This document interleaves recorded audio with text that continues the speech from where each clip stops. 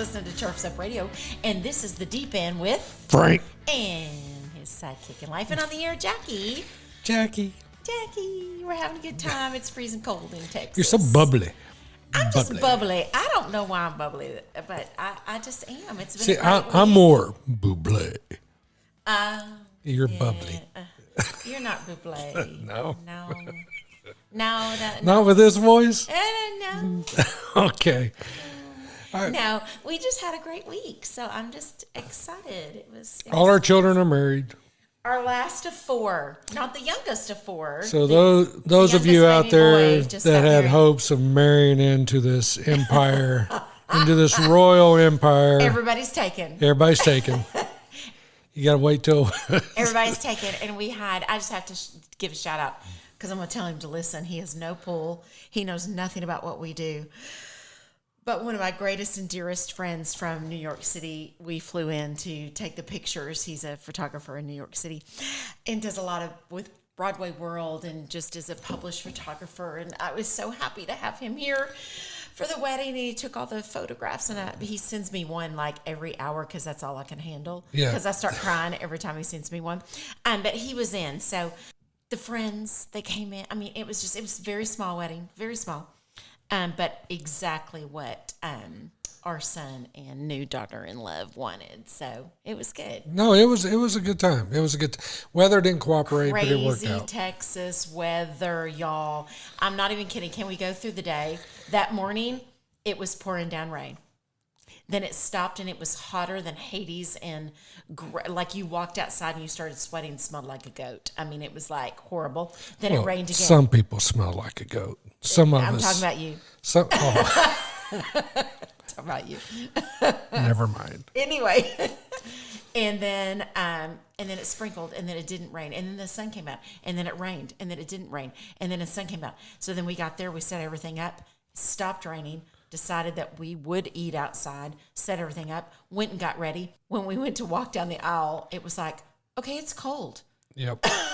It was And the wind was literally blowing. cold. And, It was crazy. Texas is wackadoo, yep, y'all. we had all 4 seasons that day. We did. We had all 4 seasons. But it was a good wedding. Yeah, Food it was good. The food was awesome. Listen, Yeah. I don't know what you other people do in your states when you have a wedding, but we had fajitas. We did. We had listen. It doesn't matter how the wedding goes. Doesn't matter if there's drama. It doesn't matter what happens because families are family, but you got to feed the people. It's all well. about the food. You got to feed the people well, and we honking did. Yes. It was so Yes. good. It was really, really good. So we did that, and I don't know, some other stuff this week. I'm sure recuperated from the wedding coma, but I had my last doctor's appointments from the stroke. oh gosh, you're going to mention that. Yeah, I'm going to talk about stroke all the From time. the stroke. It's my excuse. I got to keep it alive. The stroke. Had my last doctor's appointments and everything's good. Tell us the status. Tell us the update. Drum roll. I'm okay. There's nothing wrong with my heart, nothing wrong with my brain That's what the doctors that say. they can see. They're trying to take away my excuse that I've been using for everything that I do Y'all not don't want even to know do what right. I've been through. But I'm thinking about blending in some Tourette's because there's some stuff I want to scream at some people on occasion. So I may throw in some That Tourette's. does not give you permission, nor does Baby, it. I had a stroke. It's Tourette's. I can't help it. Don't make me jump across this table and punch you in the face because I will. I will. For the love of the Lord. Okay, so we just did a show a couple weeks ago on listener questions, and we love these because we love when y'all contact us. Well, We're that's so how we awesome. get our ideas. Absolutely. We love when y'all contact us, and bless up. Thank goodness, y'all. It's not even COVID anymore. Y'all aren't like locked in your house, but you're still contacting us. And the email is deependfrank, DEEPEND, deependfrank@gmail.com. That's how you can get questions to us. Absolutely. You can go on our Facebook page, The Deep End. You Yes. can, you can contact us at anyway for that, and you can send us any questions. As our daughter, who's a second grade teacher, says, there are no stupid questions. Yeah, there are, but but we won't call you out for it. But you know what? If you have that question, I'm sure there are other people that are too afraid to ask it. Yes. that are Be brave. be brave. Ask the question. It needs to be answered. Just like what I said on voting. You know what? Oh, gosh, it's the America. election. It's your God-given right to be wrong We're and not to be going to talk dumb. about the election. No, we're not going there. No, we're not going there because. But we got a lot of new people in office and stuff like that. Hopefully, it'll work Yeah. out for the best, and we'll see what happens. We just want America to. America. Let's love one another and let's have America. So put on our red, white, and blue long johns anyway, and square dance and stuff. Oh, we don't have to do-si-do. We don't have to do that. It's fine. We can agree to disagree. I've always said that. We don't have to be on the same island. Just seek to understand other people. It's your right to be wrong. That's what I said. Oh my word. From the book of Frank. Okay, here we go. So we did listener questions a couple weeks ago. However, you got a listener question that was enough for a whole entire show. Y'all be afraid. I think as early this year we did a show on it. I just want to address it in a little bit of a different way. Oh. So I just want to. Oh, you're going to jazz it up. Yeah, I'm going to take his question, just be more clear and concise on a couple things, and not chase rabbits too far. Okay. Yeah, I don't know why you do that. I mean, I don't send you down the rabbit hole at all. No.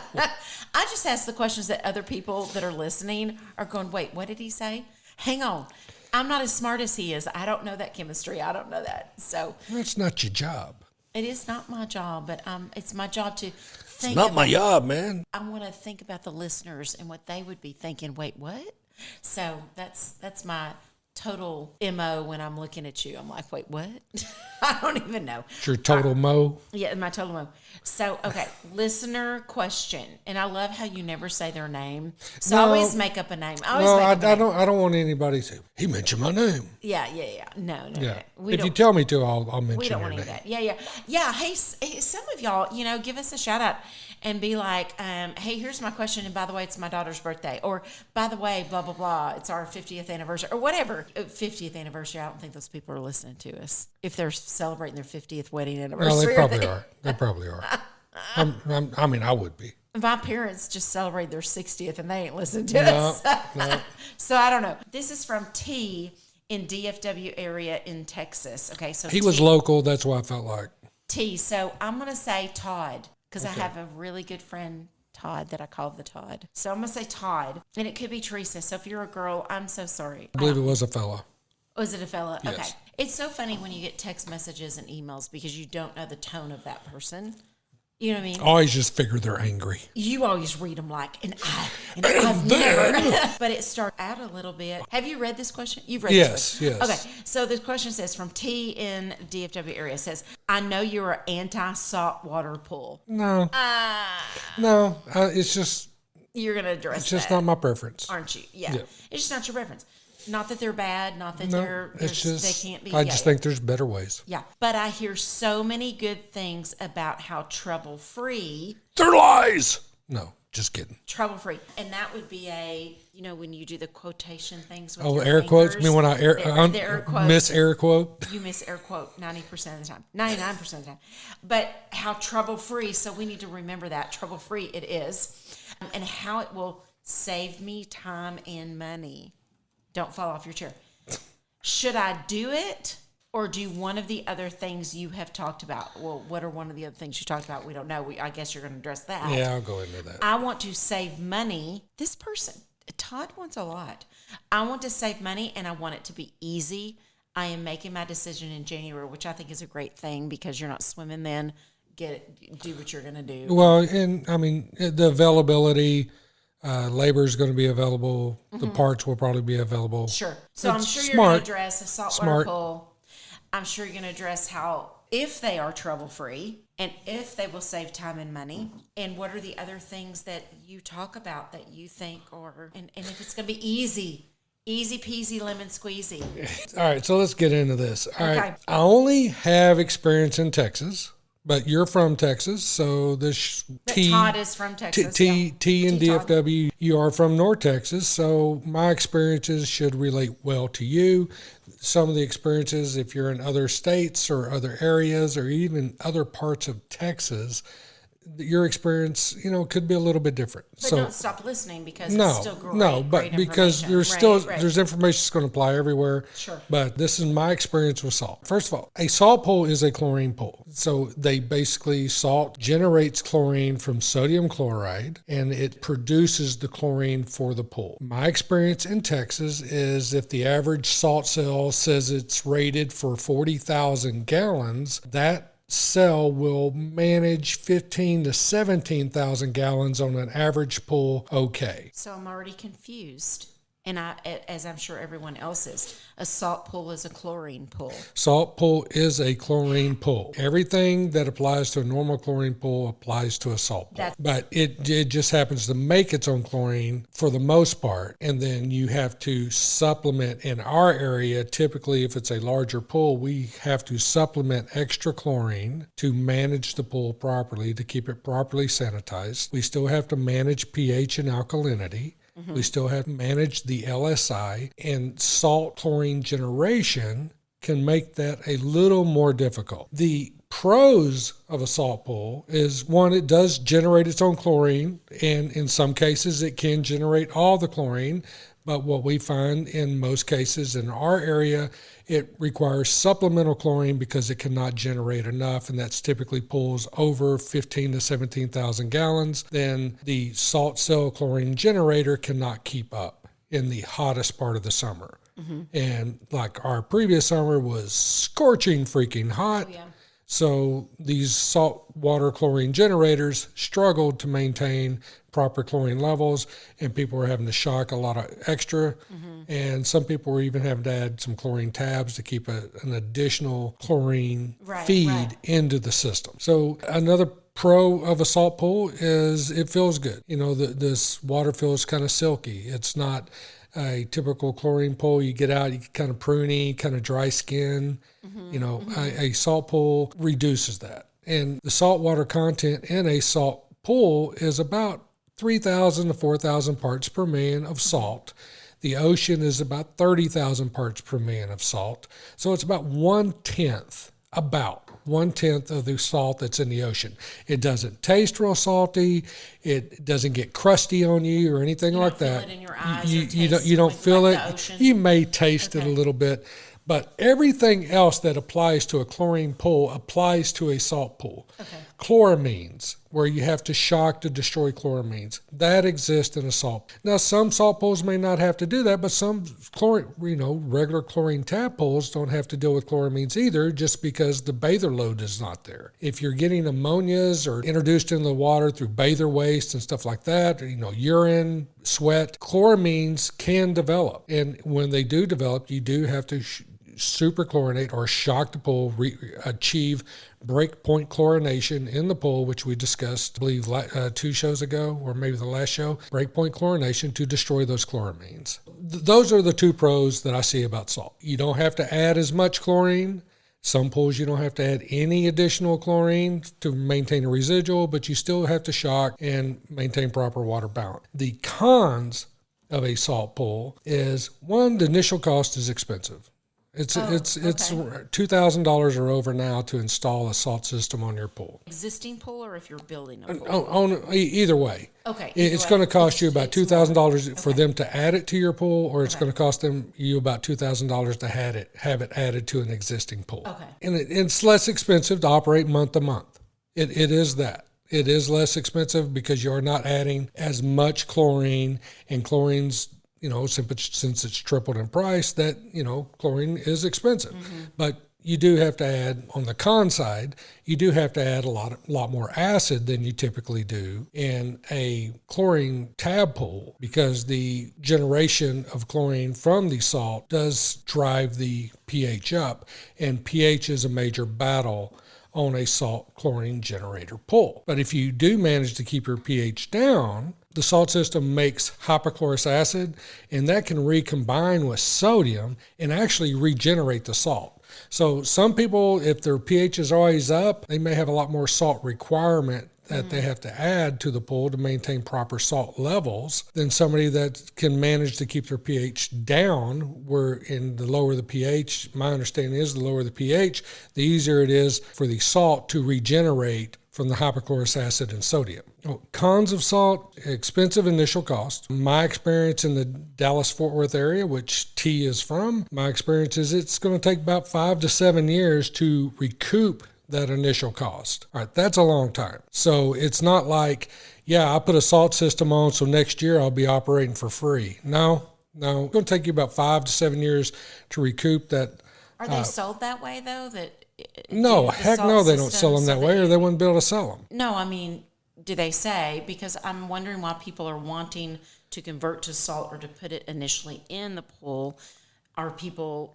People are thinking they're going to save $1,000 a year. That's what I'm saying. And they're not. They're just going to save a few $100s a year because you still have to add acid, you still have to shock in our area. They're thinking initially, I have to use chlorine that has tripled in price, and I just put... and they think they're going to get their money back right away, and they don't. Right. Other cons of salt: it has equipment.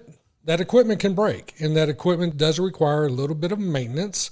You do have to clean your salt cell. That's not a big deal. Mm-hmm. It's a fairly easy process, but it is something that you have to monitor, and it's another thing you have to test. You have to test the salt level in the water. Mm-hmm. You cannot depend on what the salt system is telling you. You need to back that up at least once a month. I recommend that you have your salt tested by another source. Either you have a salt testing meter or a salt water test kit, or you take your water in somewhere, because you want to compare what a good test says to what the salt system's telling you. Mm-hmm. Because a salt system can easily read low on what the actual salt level in the pool, and people will oversalt their pool. And if you oversalt your pool, then that becomes a problem by itself. You end up having to drain part of your pool because you oversalt it. That's not real common, but it is fairly common. Wow. I see it quite often. People, their salt cell scales up a little bit, and it starts reading a little bit low, and it's telling add salt. So they're adding salt. Next thing you know, they finally bring their water into us. Why am I adding so much salt? We test their salt level, and they're at 6,500, 7,000 parts per million on salt. Now they got to drain half their pool. Right. Typically, they're not real happy about that, especially now that water's much more expensive than what it used to be. The high pH issues with the salt system, because chlorine, we've discussed this several times, higher your pH, the less efficient your chlorine is, the less effective your chlorine is. So that high pH, you have to manage that. A lot of people, they just want to test and add stuff to their water once a week. And if you have a salt system, I highly recommend you test your pH twice a week and dose twice a week. Or if you typically have to add 2 quarts of acid on a weekly basis, get it right, and then you add 1 quart halfway through the week. That way your pH isn't getting so high, and you can stay closer to better levels, so your chlorine will be more effective. And like we talked about a while ago, you can regenerate some of that salt from the hypochlorous acid and the sodium. Right. Another problem with salt is corrosion issues. We don't see many corrosion issues with pool equipment anymore. A lot of the manufacturers, even with the salt, not with the equipment. But we do see corrosion issues around the pool, not in the pool. Okay. But typically around the pool, the coping stone, lawn equipment, gutters, windows around the pool. And why is that? What is it? Because the salt water gets on a surface. Splashes out. Yes, then the salt is concentrated. If it was just chlorine water, the chlorine would just dissipate really quick, and it wouldn't have time to oxidize any metals or anything like that. But if there's salt in the water and the water gets on something, that salt, which is corrosive, can sit there, and it has a much better chance of causing corrosion issues on that surface. More than chlorine. That's so interesting to me. Well, chlorine, you splash out chlorine, the chlorine is very, very short-lived. And as soon as the water is gone, the chlorine's gone. It's so interesting to me because chlorine in the water is it feels so corrosive. Abrasive it corrosive to your skin and to your eyes and all that. And a saltwater pool, you would think would be abrasive, and you would think would be to your skin and all that, but it's kind of the opposite of. We've had customers use a pool pole, for your net, for your brush. Those are typically metal. If they leave their pool pole in a chlorine pool, it typically, I mean, it may get a little bit corroded, but not bad. But if they, the kids drop the pool pole in a salt pool and it stays in there for a week, it gets pretty bad. Well, it gets eaten up a lot quicker. Sure. The salt builds up on it. It just has a lot more corrosion than it would in a chlorine pool. Typically in the pool itself, we don't see a whole lot of corrosion issues in the pool. And nowadays we don't see many corrosion issues on pool equipment. And they do have sacrificial anodes, which are recommended. If you install a salt system, you install a sacrificial anode that helps protect equipment in the pool, but typically the bonding circuit, does a pretty good job of doing that. The bottom line is, yes, salt does cause some corrosion. I do have masons that will not warranty masonry work that they do around a pool. A salt pool? Yes, if it's a salt pool. They'll tell you, we're not going to warranty it. And there's a lot of builders that won't offer salt as a sanitizer system because their masons or possibly some of their other contractors that do some of the work on the pool have refused to warranty work because of salt. Now, I mean, some of that's probably exaggerated. It's there. I just don't know to what degree. So that's my feeling on salt. I think it's a break even at best. And I just don't think the $2,000 is money well spent. I think the benefits. The benefits it's changing everything, and it's an investment that doesn't pay. Okay. It's like collecting Beanie Babies that, you Don't be hating on the Beanie Babies. that you may just get your money out of 20 years down the road. I mean, if you enjoy it, great. That's awesome. It feels good. Okay, that's great. But it's not an investment. I'm going to remind you of this since we're going to Vegas next week for a pool convention. I'm going to remind you of your investment and spending money and how that's going to, I'm just saying. We're going to come back rich. You asked about some of the other systems I've talked about. Ozone system, which is O3, that's the 3 oxygen atoms that are joined. That's a good sanitizer. It only sanitizes in the plumbing. They create it by either a corona discharge or a UV light. All right, ozone is O3. It's installed into your system over by your equipment. It injects the O3. The ozone is either created by UV light that emits at 185 nanometers or a corona discharge, which is a ring of energy that creates the O3. It is a decent system that you can add. The pros on it is you do use less chemicals. Okay. It has no residual. It's not corrosive to anything. Now, if you were indoors and had high amounts of it, it could be very problematic, but you will use less chlorine. It destroys chloramines, which is a great thing. So that should eliminate a lot of your shocking or, that breakpoint chlorination that you would have to deal with. And it can be used in conjunction with any other sanitizing system. It does a really good job breaking down that little bit of extra. The cons are it is a little bit expensive up front. The bigger your pool, the more expensive it is. They are rated for the size of the pool. It requires replacement parts.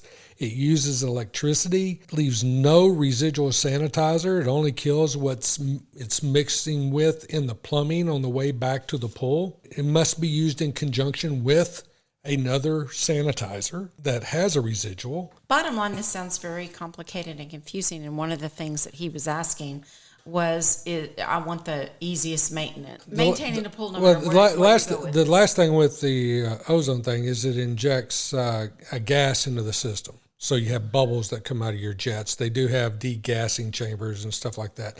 An ozone system will reduce your chlorine consumption, but it is not a standalone, and you still have to add extra chlorine. So, I don't think that's a good choice for you if that's what you're looking for. Right. There's UV. It uses UV rays to destroy organisms. The pros on the UV system is it's excellent at killing chlorine-resistant microbes.